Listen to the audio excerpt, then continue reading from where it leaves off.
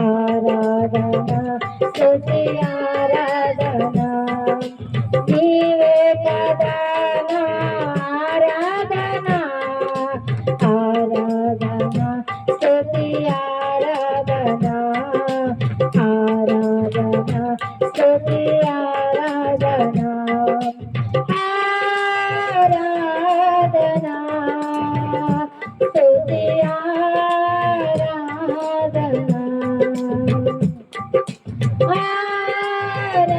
ఆరాధన స్తుతి ఆరాధన ఆరాధన స్తుతి ఆరాధన ఆరాధన స్తుతి ఆరాధన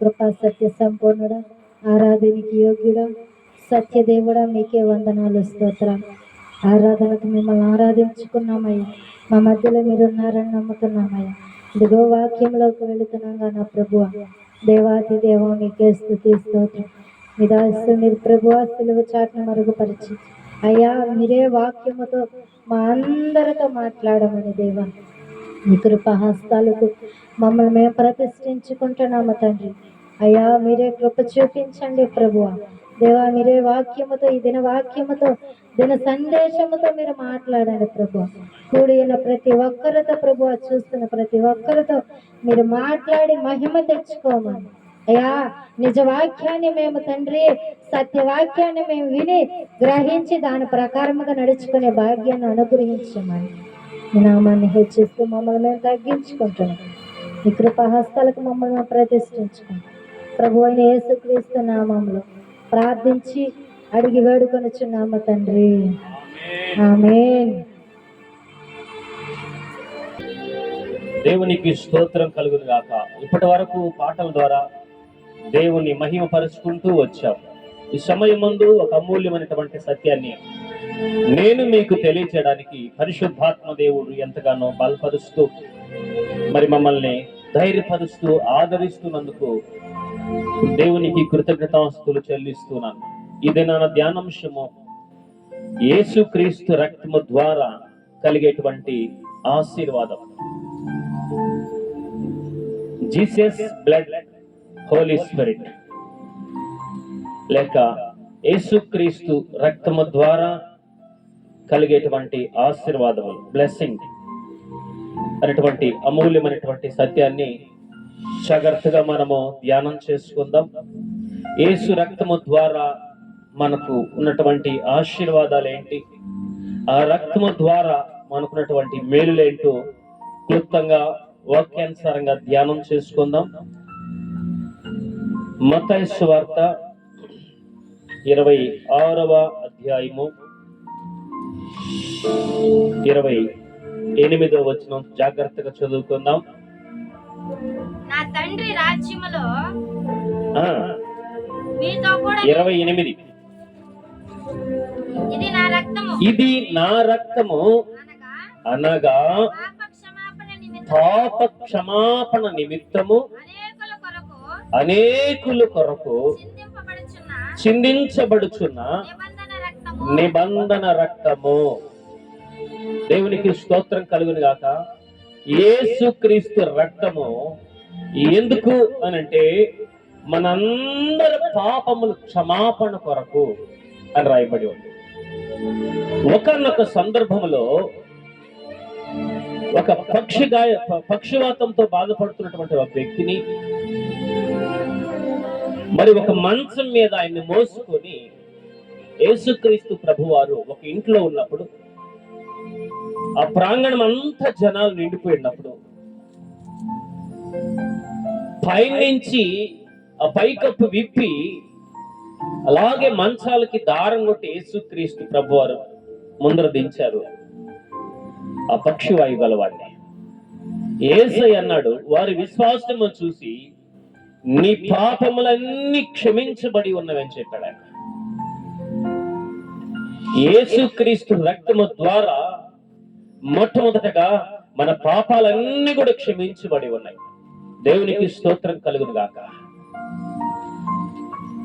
రెండవదిగా ఆలోచన చేస్తే యేసుక్రీస్తు రక్తము ద్వారా మనకు విమోచన కలుగుచూ ఉన్నది. అది అమూల్యమైన రక్తము చేత అనగా నిర్దోషమును నిష్కలంకమునకు గొర్రె పిల్ల వంటి క్రీస్తు రక్తము చేత విమోచించబడుతుందని మీరు ఎరుగరా అని రాయబడి ఉంది.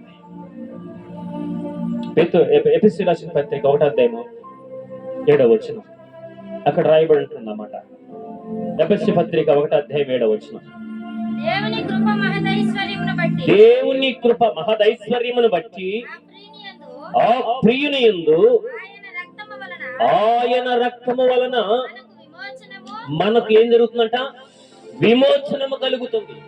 యేసుక్రీస్తు రక్తము ద్వారా సర్వ మానవాళకందరికీ పాప క్షమాపణ ఒకటైతే, రెండోది విమోచన. దేనికి విమోచన? మన అపరాధములకు క్షమాపణ.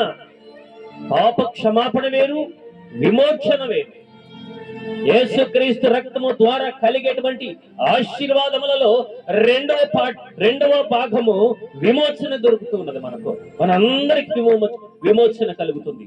అది క్రీస్తు గొర్రెపిల్ల రక్తము చేత మనం విమోచించబడినటువంటి వారము. దేవునికి స్తోత్రం కలుగును గాక. ఒకనొక సందర్భములో ఒకరోజు ఒక దర్శనం నాకు కలిగింది. ఆ దర్శనములో నేను నిద్రలో ఉన్నాను, నిద్రపోతూ ఆ నిద్రలో ప్రార్థన చేస్తున్నాను. అలాంటి దర్శనం నాకు కలిగింది.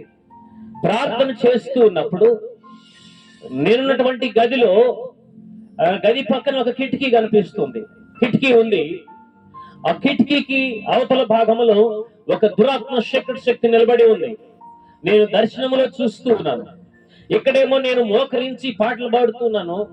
ఆ కిటికీ అవతల ఒక దురాత్మ శక్తి భయంకరమైనటువంటి రూపము ధరించుకొని నాతో మాట్లాడుతూ ఉంది. ఏం మాట్లాడుతుందో తెలుసా? నేను పాటలు పాడుతూ ఉన్నాను, అది నాతో మాట్లాడుతుంది. ఆ పవిత్ర ఆత్మ, నువ్వెన్ని పాటలన్నా పాడుకో, నాకు భయం లేదంటుంది. నువ్వెన్ని పాటలన్నా పాడుకో, నాకు భయం లేదంటుంది. అప్పుడు నేను అనుకుంటున్నాను, ఇదేంటి ప్రభువా భయపడటం లేదు అని మనసులో అనుకున్నప్పుడు, అలాగే ఆలోచిస్తూ ఉంటే అక్కడ ఉన్నటువంటి ఆ దురాత్మ, ఆ అపవిత్రాత్మ నాతో మాట్లాడుతుంది. నువ్వు పాటలు పాడితే నాకు భయం లేదు, కానీ ఒకటంటే మాత్రం నాకు భయము అని అన్నది. అదేంటో చెప్పు అని అన్నాను. అది నేను చెప్పలేను, కానీ అదంటే నాకు భయం అన్నది. అదేంటో చెప్పు, అది నేను చెప్పలేను, చెప్పాలి. అప్పుడు చెప్పింది, నాకు యేసు రక్తం అంటే భయం అని చెప్పింది. ప్రైజ్ ది లార్డ్, హల్లెలూయా. దేవునికి స్తోత్రం కలుగును గాక. అపవాదికి యేసు రక్తం అంటే భయము. ఎప్పుడైతే ఆ దురాత్మ శక్తి ఆ మాట నాకు చెప్పిందో, నేను వెంటనే ఏం చేస్తున్నానంటే యేసు రక్తమే జయము, యేసు రక్తమే జయము, యేసు రక్తమే జయమని ఆ పదాన్ని నేను అనేక సార్లు చెప్పంగా ఆ అపవిత్ర ఆత్మ ఆ పదం చెప్తున్నప్పుడు నా చేతిలో నుంచి ఒక మహిమ దాని మీద పడుతూ ఉన్నట్టుంది. ఇట్లా చూపించి అంటున్నప్పుడు ఆ మహిమ దాని మీద పడినప్పుడు ఆ అపవిత్రాత్మ అలాగే కాలిపోయి, అలాగే ఊరిగిపోయి, ఆ ఊరిగిపోతూ చనిపోతూ చివరిలో ఒక మాట చెప్పింది. ప్రాణం పోతున్నప్పుడు ఏమని తెలుసా? నేను ఇంకెప్పుడు కూడా నీ జోలికి రాను, నీవు కూడా నా జోలికి రావద్దు, నేను వెళ్ళిపోతున్నాను అని చెప్పి వెళ్ళిపోయింది. అందువల్ల నేను ఎక్కడికి వెళ్ళినా, ఎక్కడ కొత్త స్థలానికి నేను వెళ్ళినా, కొత్త సంఘానికి నేను వెళ్ళినా, సభలకు వెళ్ళినా, ఎక్కడికి వెళ్ళినా కూడా మొట్టమొదటగా నేను యేసు రక్తమే జయమనే పదాన్ని ఎక్కువగా వాడుతుంటాను. ఇక్కడ బోర్డు మీద కూడా అదే కనిపిస్తుంది, యేసు రక్తమే జయమని. యేసు రక్తమే జయం, రెండోది యేసు రక్తమే విజయం, మూడోది యేసు రక్తమే ఘన విజయం అని రాస్తుంటాను. ఎక్కడ కూడా నేను పదాన్ని వాడుతూ ఉంటాను. ఈ వాక్యాన్ని వీక్షిస్తున్న దేవుని బిడ్డలారా, మీకు భయం అనిపించినప్పుడు, మీకు ఏదైనా అధైర్యం వచ్చినప్పుడు, మీ నోటి గుండా యేసు రక్తమే జయం అని చెప్పినప్పుడు అపవాదికి భయం ఆ మాట అనగానే. యేసు రక్తములో అంత శక్తి ఉంది, యేసు రక్తములో స్వస్థత ఉంది, యేసు రక్తములో పాప క్షమాపణ ఉంది, యేసు రక్తములో మనకు విమోచన ఉంది. మూడో విషయం నేను చెప్తున్నాను, యేసు రక్తములో ఇక మనకి ఏముందో వాక్యానుసారంగా మనం జాగ్రత్తగా ఆలోచన చేద్దాం. హెబ్రీయులకు రాసినటువంటి పత్రిక 10వ అధ్యాయము 20వ వచనము.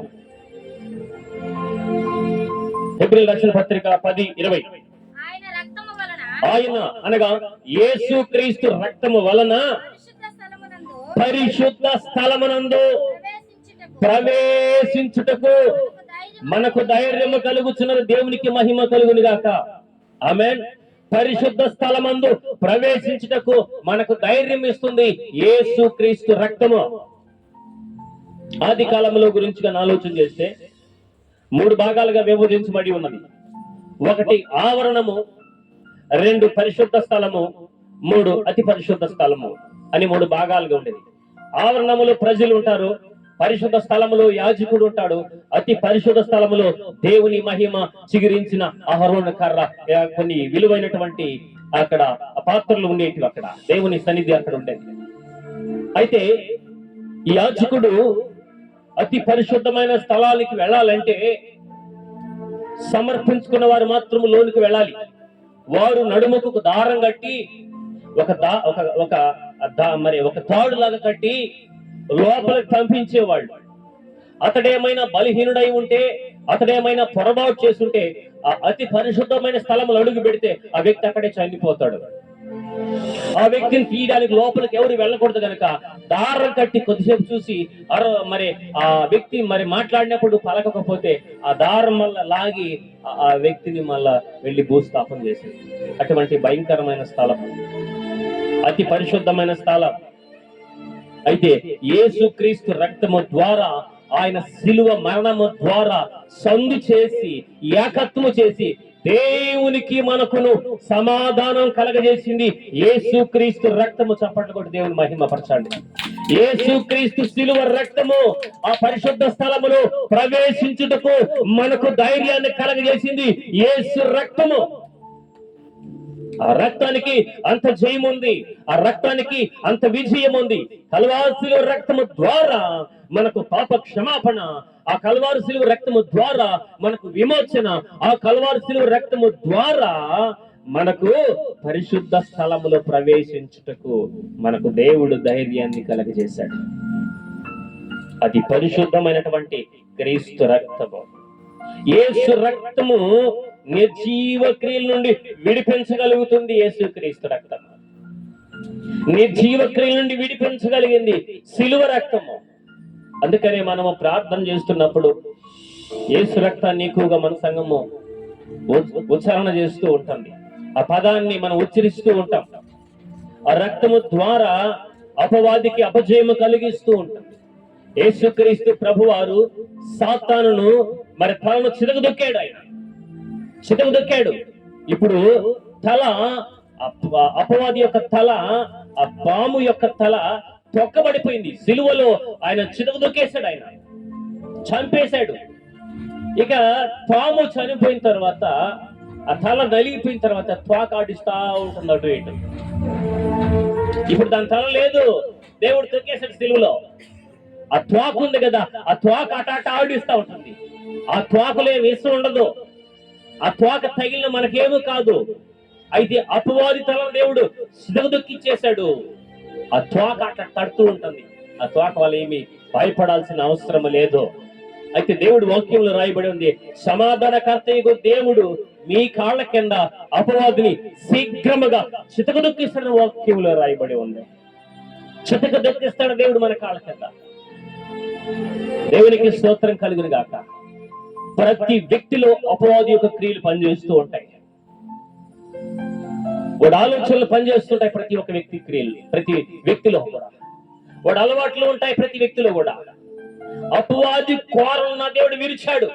వాడు బంధకాల నుంచి నా దేవుడు విరిచి క్రీస్తు శిలువ దగ్గరకు తీసుకురావడానికి యేసు క్రీస్తు ప్రభువారు 33.5 సంవత్సరం ఈ లోకానికి వచ్చి యవన రక్తము కార్చి అపవాదికి అపజయం ఇచ్చి శిలువ రక్తము చేత మనము నీతిమంతులుగా తీర్చబడి ఆయన రక్తము చేత విమోచించబడి ఆయన రక్తము చేత పాప క్షమాపణ కలిగి ఆయన రక్తము చేత నీతిమంతులుగా తీర్చబడి ఆయన రక్తము చేత మరి నిత్య జీవానికి వారసులు చేయడానికి యేసుక్రీస్తు గొర్రెపిల్ల రక్తము ఆ పరిశుద్ధమైన రక్తము చేత మనకు విమోచన పాప క్షమాపణ కలిగింది. దేవునికి స్తోత్రం గాక. దేవుని పరిశుద్ధమైన నామానికి మహిమ కలుగును గాక. యేసుక్రీస్తు రక్తములో అన్ని ఆశీర్వాదాలు ఉన్నాయి. యేసుక్రీస్తు రక్తములో అన్ని మేలులు ఉన్నాయి. యేసుక్రీస్తు రక్తములో మనకు నిత్య జీవం ఉన్నది.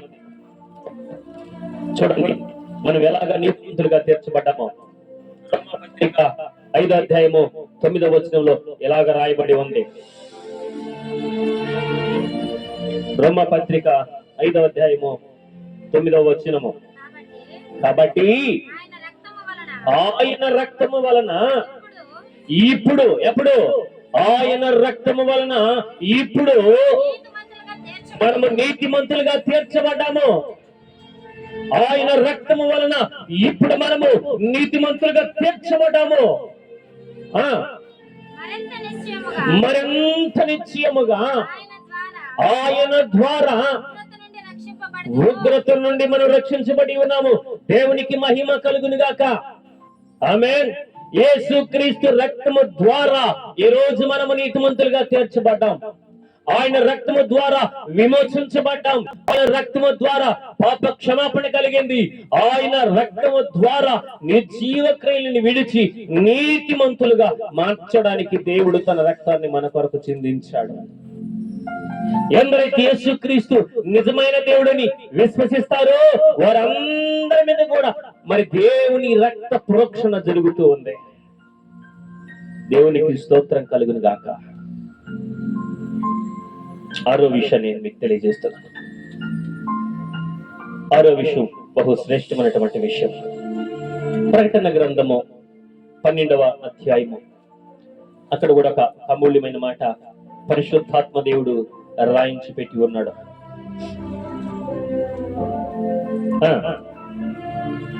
11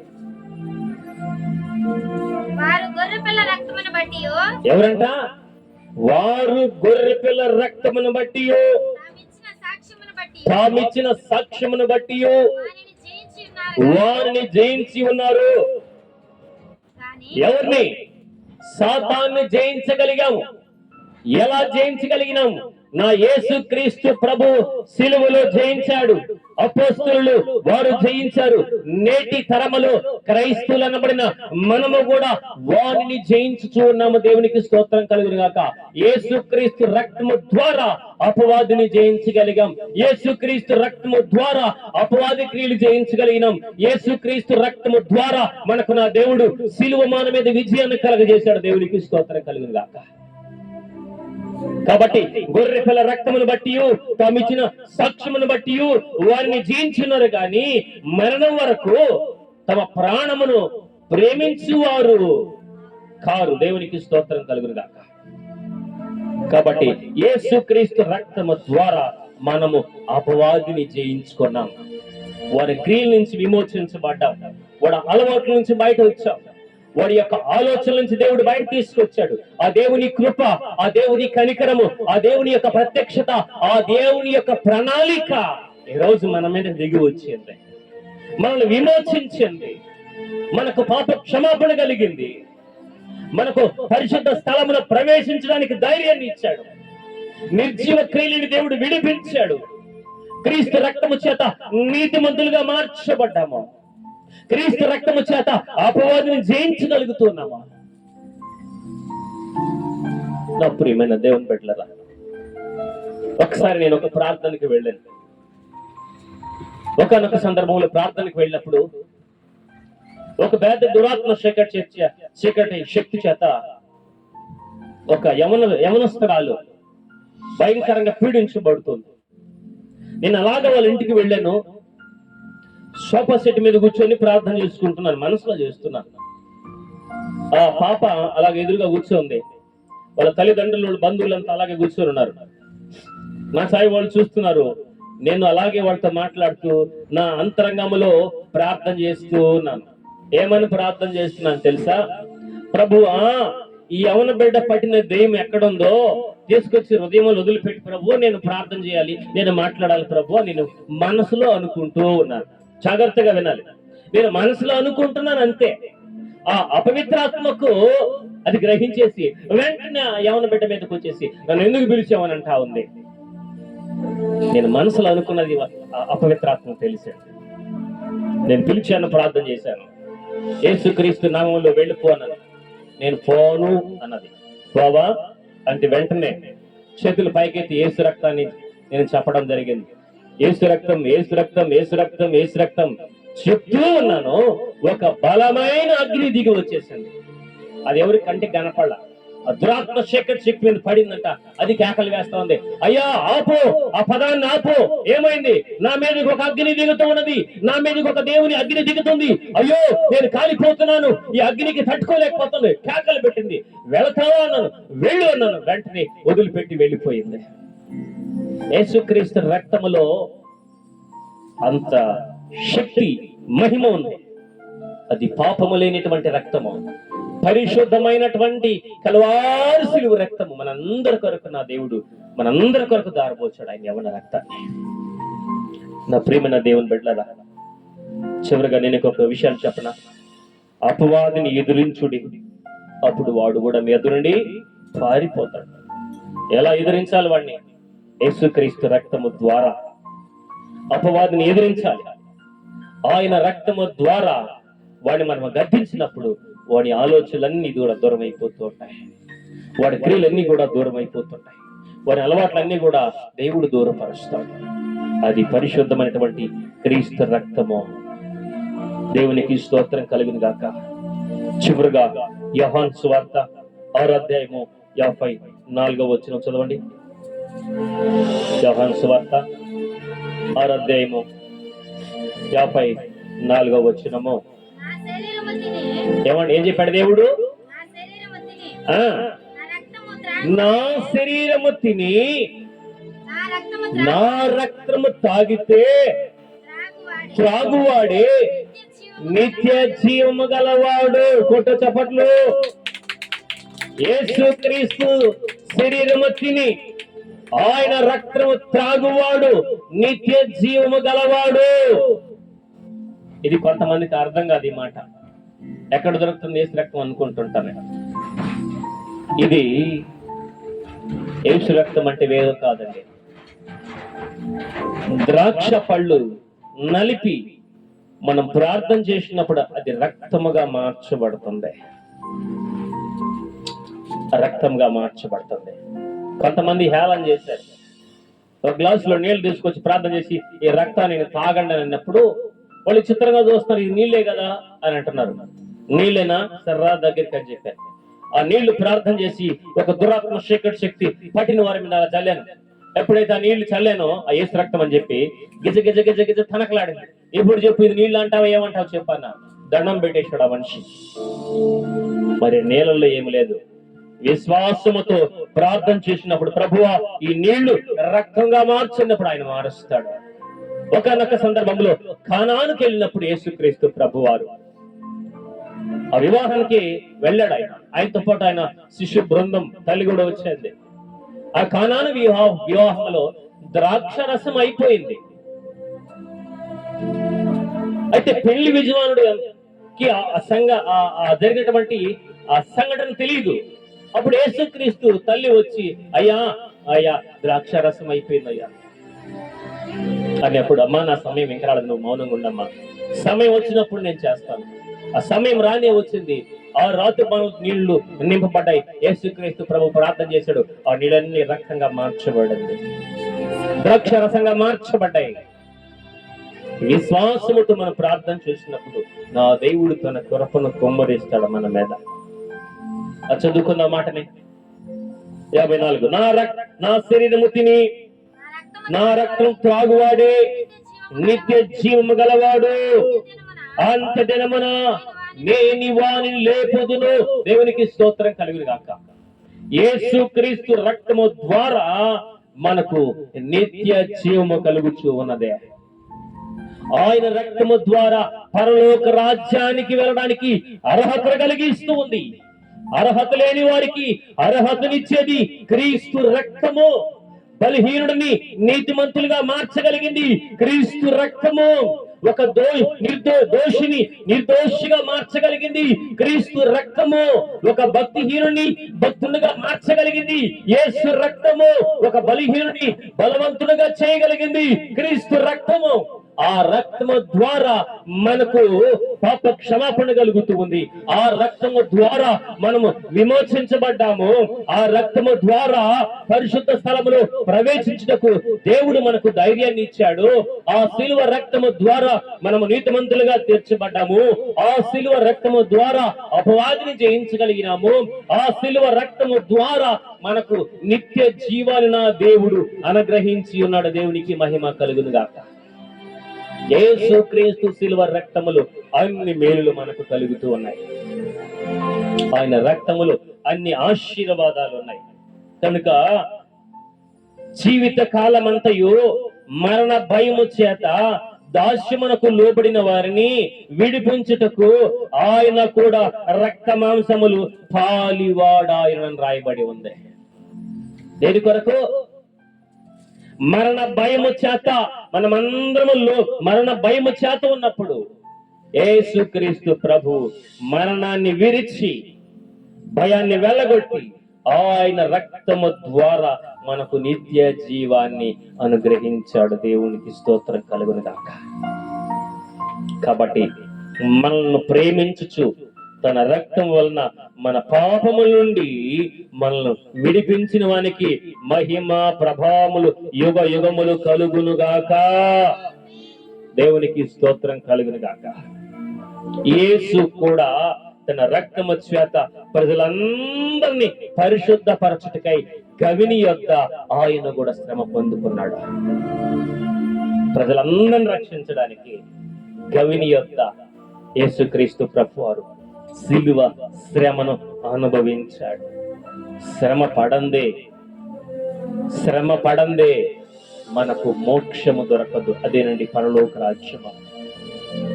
యేసుక్రీస్తు ప్రభువారు సిలువ మన మీద శ్రమను అనుభవించి అపవాదికలను చితకు దొక్కాడు. ఆది అపోస్తలులు శ్రమ అనుభవించి అపవాదిని తొక్కారు. నేటి క్రైస్తవ తరమ కూడా మనము కూడా అనేక శ్రమలు అనుభవించి దేవుని రాజ్యం చేరవలసి ఉన్నదని వాక్యములో రాయబడి ఉంది.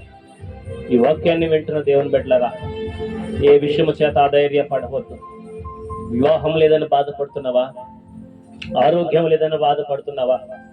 నా జీవితం ఇంతేనని నెమ్మది లేకుండా కురింగిపోతున్నావా?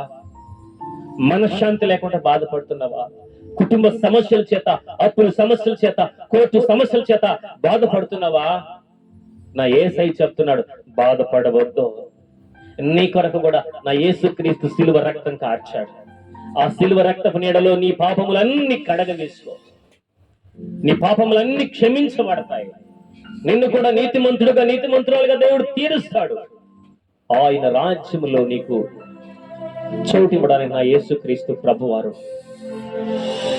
2024 సంవత్సరాల క్రిందట, ఈ కొన్ని వేల సంవత్సరాల క్రిందటి లోకానికి వచ్చి మానవ రూపము ధరించి అపవాదికి అపజయమిచ్చి తన బిడ్డలైన మనందరి కొరకు ఆయన సిలువ రక్తము కార్చి నీతిమంతులుగా తీర్చి నిత్య జీవానికి నా యేసయ్య వారసులుగా మనలందరినీ చేశాడు. నా దేవునికి మహిమ కలుగునుగా. నా ప్రభు త్వరలో రాబోతున్నాడు మరలా భూమి మీద. ఎవరైతే గొర్రె పిల్ల రక్తములు తమ పాపములు కడుక్కుంటారో, వారు వస్త్రములు తెల్లగా ఉతుక్కుంటారో, వారు మొదట లేస్తారు. ఆ మీదట సజీవులమై నిలిచి ఉన్న మనము కూడా ఆయన రెండో రాకడలు ఎదుర్కోబోతున్నాం. కాబట్టి యేసుక్రీస్తు రక్తము ద్వారా ఇన్ని ఆశీర్వాదాలు మనకు కలుగుచున్నాయి, ఇన్ని మేలులు మనకు కలుగుచున్నాయి. కాబట్టి ఈ వాక్యాన్ని విన్న దేవుని బిడ్డలారా, అట్టి కృప, అట్టి కనికిరము, అట్టి ఆశీర్వాదము నా దేవుడు మీకు మెండుగా కలిగించి మిమ్మల్ని కూడా దీవించి ఆశీర్వదించునుగాక. ఆమేన్. ఇంకా అనేక విషయాలు మా యొక్క ఛానల్ను మీరు సబ్స్క్రైబ్ చేసుకోండి. మీ కొరకు ఎల్లప్పుడూ మేము సిద్ధంగా ప్రార్థన చేయడానికి మేము సిద్ధంగా ఉన్నాం. కామెంట్ రూపంలో మీ విన్నపములు మాకు తెలియజేస్తే తప్పక మీ కొరకు మేము ప్రార్థన చేస్తాం. మా బృందం మీ కొరకు ప్రార్థన చేస్తుంది. దైవ ఆశీర్వాదముతో సెలవు తీసుకుందాం. May God bless you all. దేవుని కృప, ఆయన సమాధానం మీకు తోడై నీడై నడిపించునుగాక. ఆమేన్, ఆమేన్, ఆమేన్.